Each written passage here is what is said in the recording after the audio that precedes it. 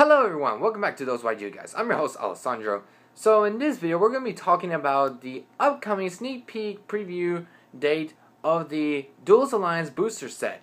So the date I'm making this video is the 7th of August 2014. So about 2 days away from the sneak peek preview of the Duelist Alliance set. So in this video I'm going to be talking about the sneak peek preview in general, some of the cards to look into, and maybe others might take note. Of course, the 3 brand new archetypes that everyone's been talking about. Then how would they, the set itself, Duelist Alliance, how would it impact the metagame?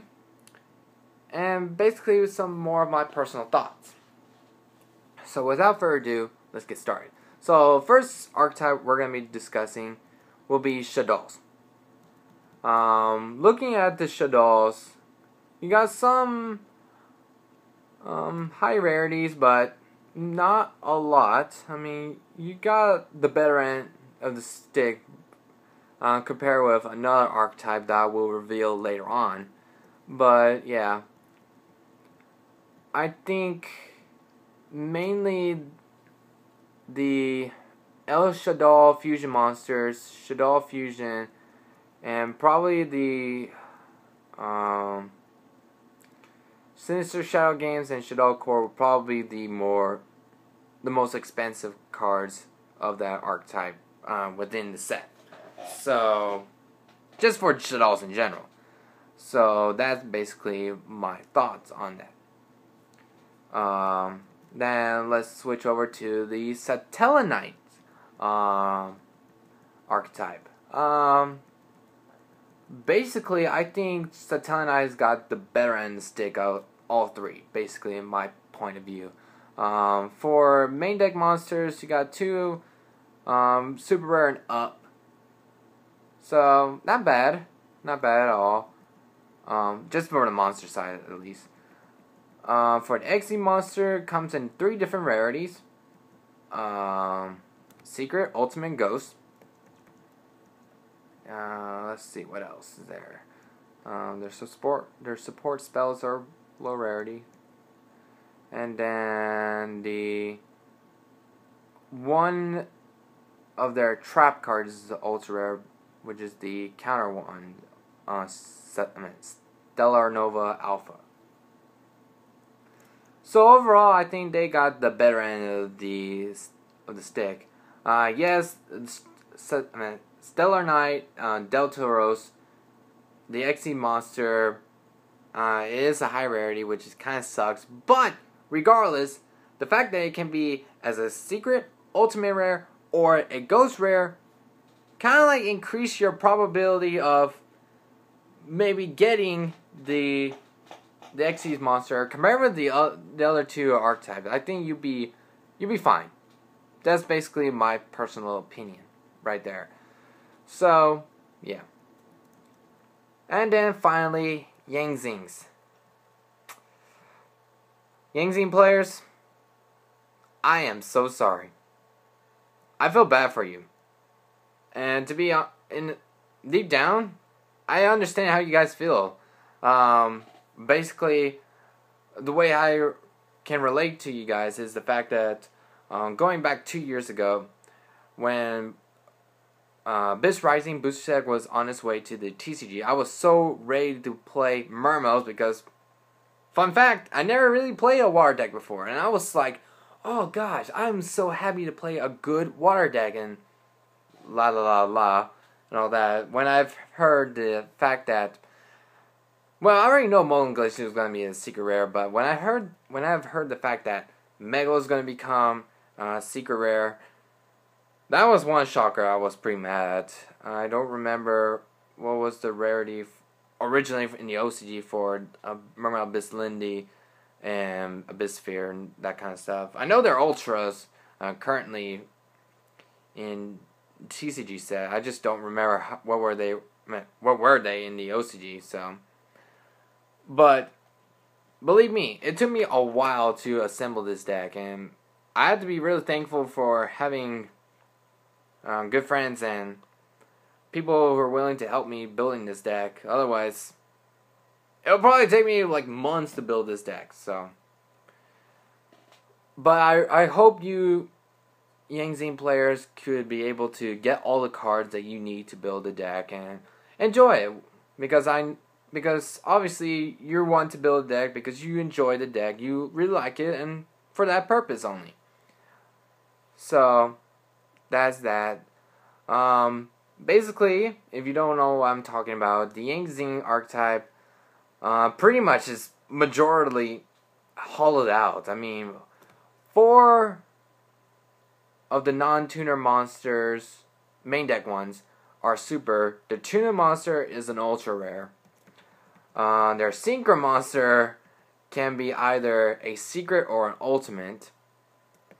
Their pot of avarice card, Yangzing Path, which you can shuffle 3 Yangzing monster back into the deck, shuffle and draw 2 cards, and of course the downside of it is you can only activate once per turn. That's a secret rare, and unfortunately you gotta play as a 3 of. I'll be kind of surprised you play less than that, but let's go with at least 2, but I think I will still say 3. But what else is there? Yangzing Creations and Ultra. I mean, a lot of the cards from the Yangzing archetypes hollowed out, and yeah, they got the worst end of the stick. I'm very sorry, Yangzing players. So overall, how would those 3 archetypes will impact the metagame? Let's start off with Satellinites and Shadows. I think those 2 archetypes are overrated. They're overhyped.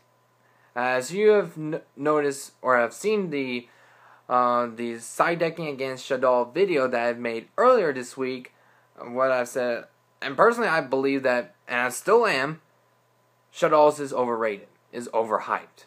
I don't believe that Shadows is going to become the best deck of the format. Don't get me wrong. Those 3 decks will make an impact onto the metagame. It's just, I don't believe they're like the next Dragon Ruler deck, or that's what people are comparing to. Like, it's like the next Dragon Ruler with the baby rulers. It's like that all over again, because they're referring to the OCG results that's going on over the OCG, and let's fix that mentality, or the so-called myth of that. Most of the time, when something is doing really well in the OCG, not a lot of times it transfer over to the TCG. There are times that it does, that they do. I mean, the most noticeable one is the Dragon Ruler format, post-Tachyon set, and pre-September 2013 ban list. That was probably the last time we were on the same page of the metagames. There were quite a lot of times where we're not really on the same page in terms of metagames, because card pools in both areas are so different. Because one, Japan has more access to cards because they're kind of ahead of us, pretty much. That's fact, right there. Other fact is that not only that they have access to a wider range of card pools and all that, but they also have cards that have not been hit on the ban list compared to us in the TCG. Such as, for the OCG, they can still use Heavy Storm, they can still use number 16 Shockmaster, they can still use, Monster Reborn, stuff like that. Now, granted, some people still complain and want their pet card or pet deck to be relevant in the metagame, and they want like us being like the OCD or stuff, but that's irrelevant right now.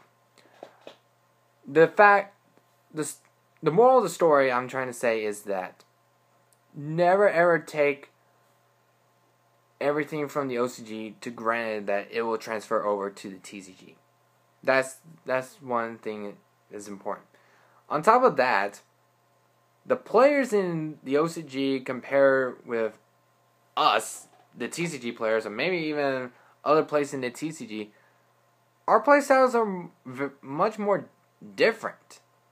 I mean, there's no real similarity between our playstyles, actually.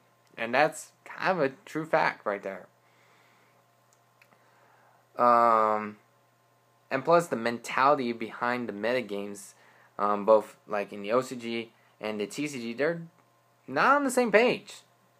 So that is something to point out right there. I don't think that Satellites and Shadow will be like, oh my god, like it's gonna be like a one deck format thing. I don't think so. For decks that, the decks I like to combat, that I like to combo a lot, or special summon a lot, such as Infernities, Madolches, Sylvans, so forth. Yeah, you're going to have a harder time dealing with the Shadow archetype, because once El Shadow Winda, aka the TCG name of El Shadow Midrash, because Judaism reference is a no-no for the censorship in the TCG. But besides that, but I think decks that can get around that, or Windows effect, or even don't even rely on the fact what Windows is supposed to combat against, then what is Shadow supposed to do then? For example, let's take into consideration something like Boojins and Spellbooks. They don't really special summon a lot. And what is Winda going to do for you, for example? Now, I'm not going to say that it's an all-lose, but I'm trying to get a point right here. People are talking so much about Midrash and Winda. Or, that fusion monster, that Shadow monster I'm referring to. So, if I say Winda or Midrash, it's the same monster. But basically, the idea is, what is that card going to do for you? It's not going to do a whole lot.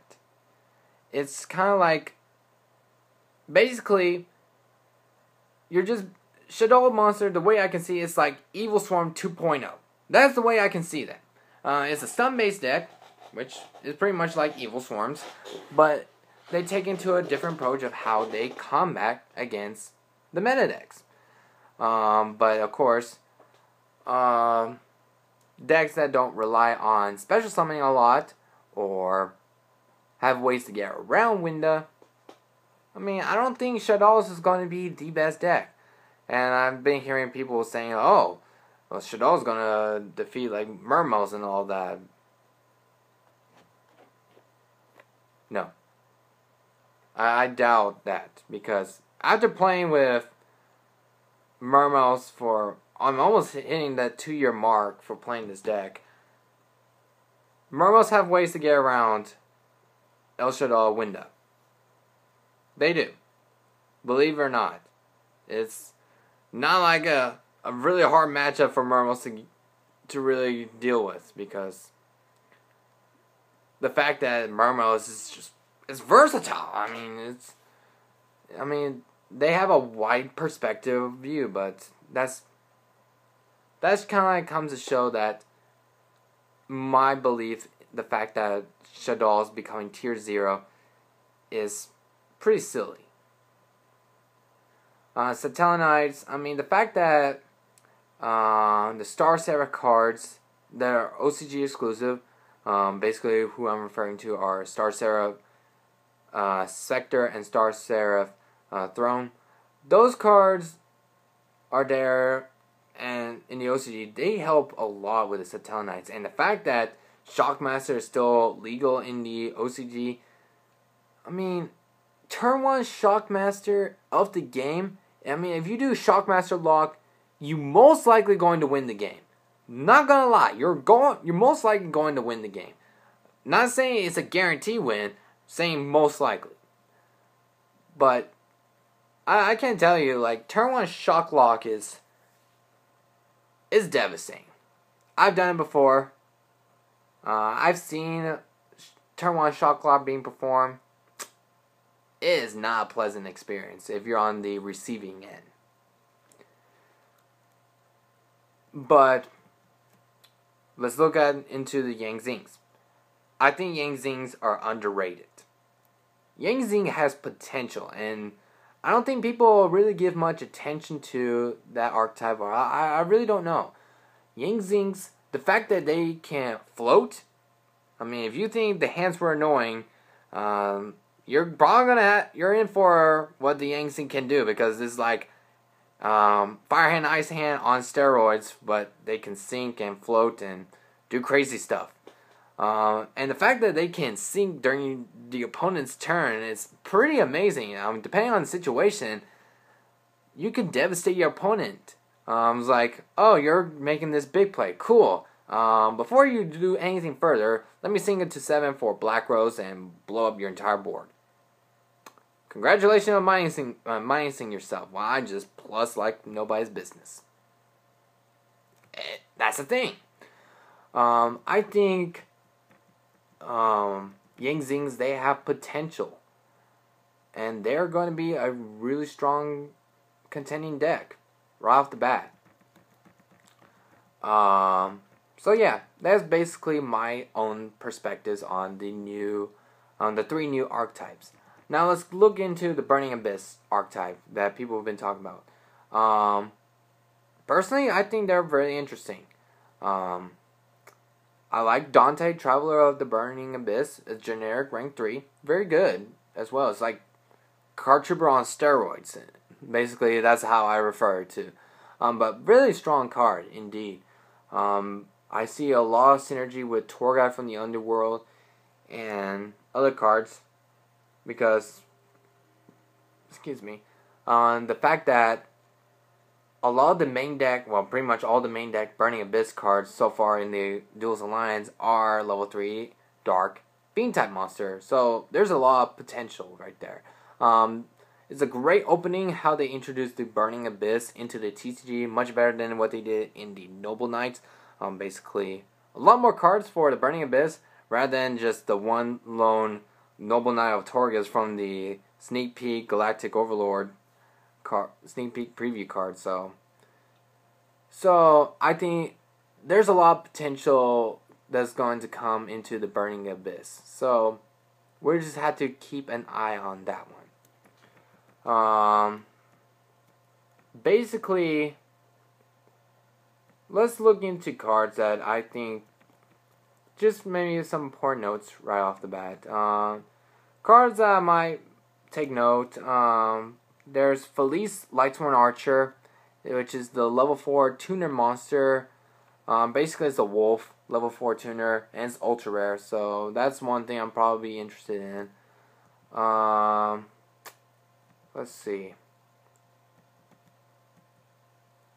I mean, there's not a lot of cards that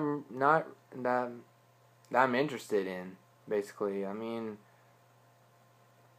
I'm not gonna participate in the sneak peek preview because multiple reasons. 1, I'm busy and all that, and 2, there's not a lot of cards I really want.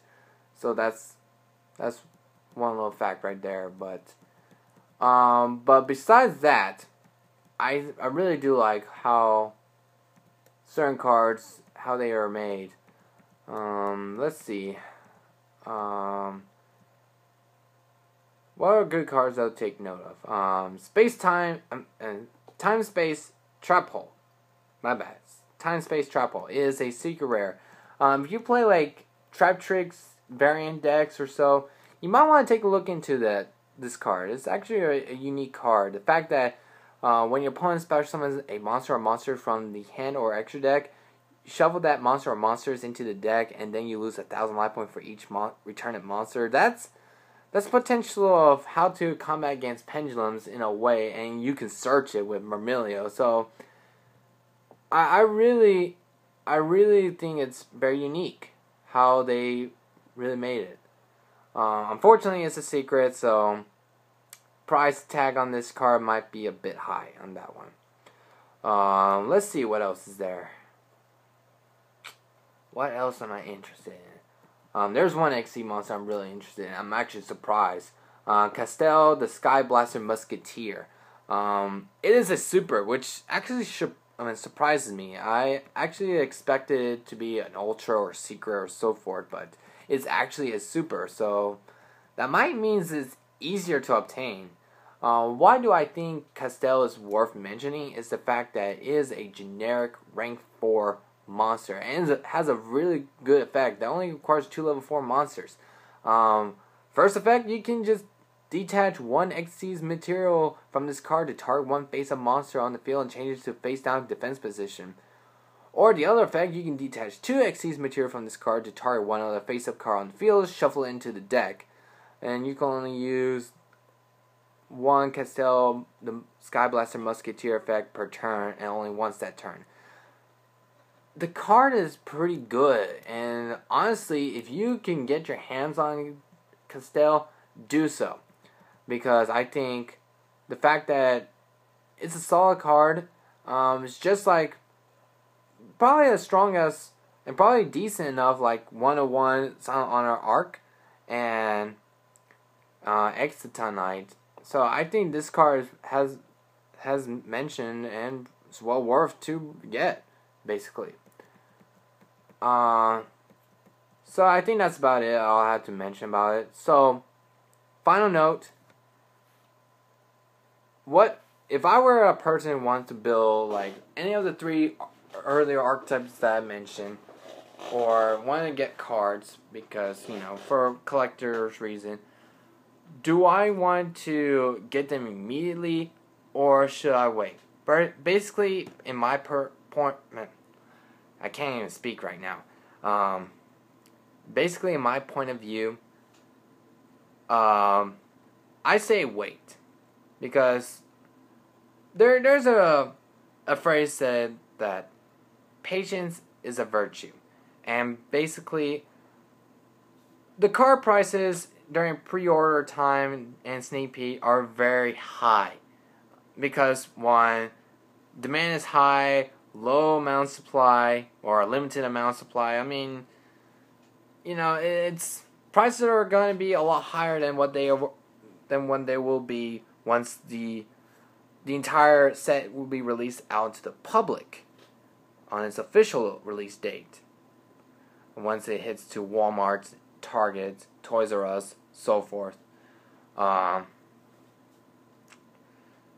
So the moral of the story is just wait. But if you're impatient, because I know there will be people who are impatient, do expect that money is going to be a lot higher, and other people will want those same cards you're looking for, most likely.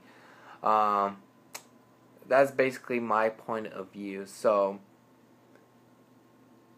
I personally don't think that there's a need to have a rush into getting all the cards, because rarely you're going to see cards that, like, oh my gosh, it's so expensive, and then all of a sudden it boosts up even higher in price. That's a rare case of scenario. That doesn't happen all the time. That's one of those rare cases. It did happen, but that's very rare.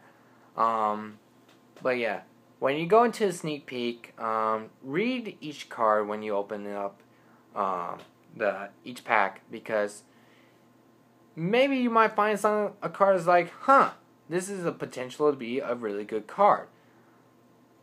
It might not be good now, but maybe later down the road, as the game progresses, maybe the card becomes relevant. So I hope this is really helpful insight to you, basically for all of you guys. I hope you guys have an enjoyable sneak peek moment once you go to the Duelist Alliance sneak peek preview. Unfortunately, I cannot attend to it, but I hope for those of you who are watching this who are going, I hope you guys enjoy it. So that's basically all I have to say. So I hope you guys enjoy this video and find it very insightful, very helpful. So take care, everyone. Hope you enjoyed this video, and I'll see you guys later. So stay tuned for more of those YG guys. And I gotta go. So see you later, guys. Bye-bye.